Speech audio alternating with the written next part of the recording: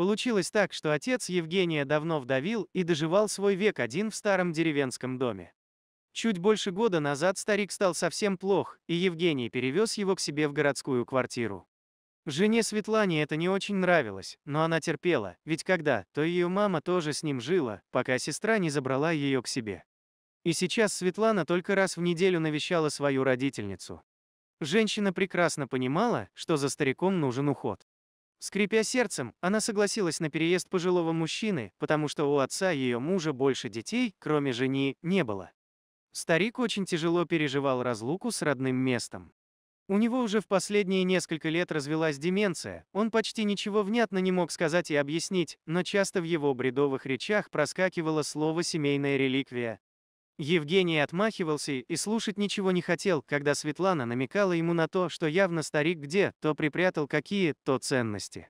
Да какие ценности, Господи, мы всегда жили, как все, так же бедно, скудно. Ничего у нас не было, не выдумывай. И вот недавно старик умер. Похоронили его по чести, все как положено. И тут Светлана вспомнила, что в деревне дом остался, и стала мужа пилить, надо, мол, ехать, посмотреть, может, он уже давно рухнул. Ты бы съездил, взглянул на свое наследство, а то ведь уже год там не были, периодически извинила жена. А я и поеду, и желательно в одиночку, подумал мужчина. После смерти отца накатила на него такая тоска по давно забытым местам, что мочи не было. Евгений, побросав в сумку нехитрые пожитки, сел в машину и поехал посмотреть на свое родовое гнездо. После долгого отсутствия дом стоял бесхозным, глядя на солнце давно немытыми окнами, скрипя покосившимся крыльцом и висящими на одной петле воротами. Что говорить, очень нуждался дом в хорошем хозяине. Но раньше приехать Евгению было недосуг. Светлана, при всем при этом ехать наотрез отказалась. Деревенская жизнь ее не прельщала, но мужа отпустила с радостью. Пусть все обустроят там. Может, потом и я приеду, сделаю из этого места дачу. Так рассуждала расчетливая женщина. Супруги не особо ладили с самой молодости, поэтому он с радостью уехал, а она его с радостью отпустила. Евгений приехал в село рано утром, открыл скрипучую дверь, зашел в дом. Единственное, что осталось от его родителей, все стояло на своих местах, покрытое толстым слоем пыли. Нечасто баловал он своих стариков посещениями, а тут накатила такая тоска по ушедшим дням, что хоть волком вой. С фотографии смотрели родные лица. Кровать под цветным одеялом, подушки под кружевными накидками, все знакомо с детства. Было ощущение, как будто родители только что вышли куда-то и вскоре вернутся. Евгений присел на лавку у печи, закрыл глаза. Скупая мужская слеза покатилась по щеке, по ногам тянуло холодом. Так и простыть можно. Нужно согреть чаю и растопить печь, подумал мужчина. Внезапно откуда-то из дальнего угла послышался шорох. Неужели кто-то прижился в пустом доме? Евгений пошел на разведку. Под кроватью он обнаружил облезлого черного кота. Тот натаскал себе тряпок в свой схрон и, видимо, зимовал в старом доме. Но как он попал сюда, вот это был вопрос. Евгений вспомнил, что раньше в доме всегда держали кошек, и в крышке подвала для них был пропилен небольшой лаз. А ведь у отца был роскошный черный кот по кличке Демон, вспомнил Евгений. Но когда старика забирали в город, было не до него. Про кота никто не вспомнил, а отец тогда уже плохо соображал и почти ничего не говорил, только лепетал что-то непонятное. Неужели это есть демон дикий, худой, брошенный на произвол судьбы кот? Мужчине стало стыдно. Как так могло произойти? Он только сейчас вспомнил, что кота нигде не было, когда он возил отца из родного дома.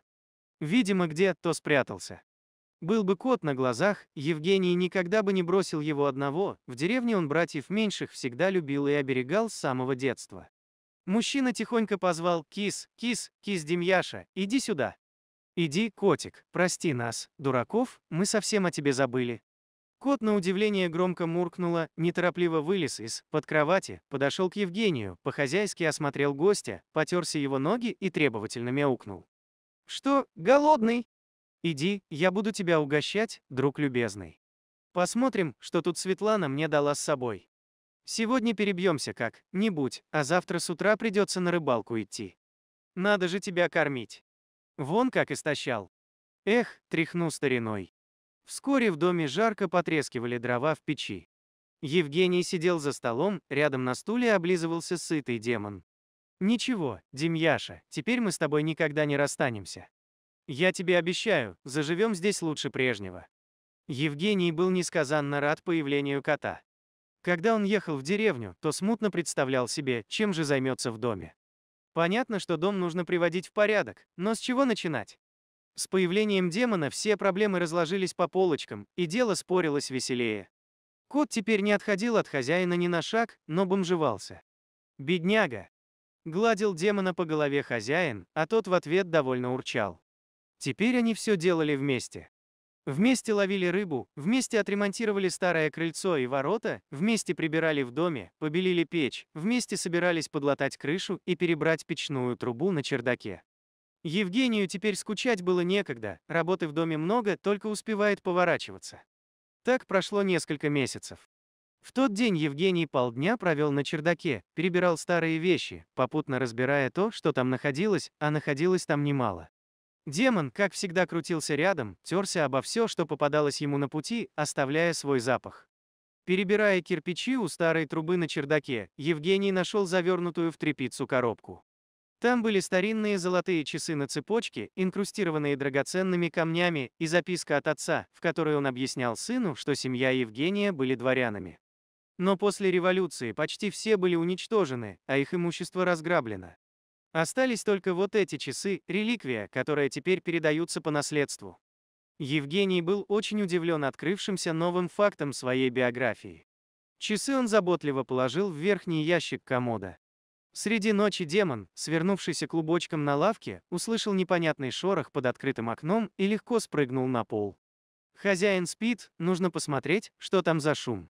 Ночь была душная, окно распахнуто настежь, в окне показалась лысая голова. Человек воровато оглянулся и, не услышав ни звука, тихо полез в дом. Демон почувствовал опасность, неприятный запах, который исходил от незнакомца. Вор тихо спрыгнул на пол и огляделся, давая привыкнуть к глазам. Кот запрыгнул на окно, выжидая, что будет дальше. Перерыв все ящики комода, человек нашел небольшую сумму денег и завернутый в тряпицу раритет. Прихватил все, что ему понравилось, и пошел в сторону окна. Надеюсь выбраться незамеченным. Но тут он услышал шипение, которое перешло в рычание, внезапно демон прыгнул ему на лицо, и он завопил от боли. Евгений услышал крики, соскочил с кровати и кинулся к выключателю. Свет ослепил незадачливого вора, на голове которого сидел демон, вцепившись когтями в лицо мужчины. Отупев от боли, не видя ничего перед собой, тот был готов на любое наказание, лишь бы с него сняли это. Непонятно что. «А уберите собаку», – орал он, пытаясь руками снять с головы демона. Кот, увидев хозяина, понял, что свое дело он сделал, поэтому ослабил хватку и лениво спрыгнул на пол.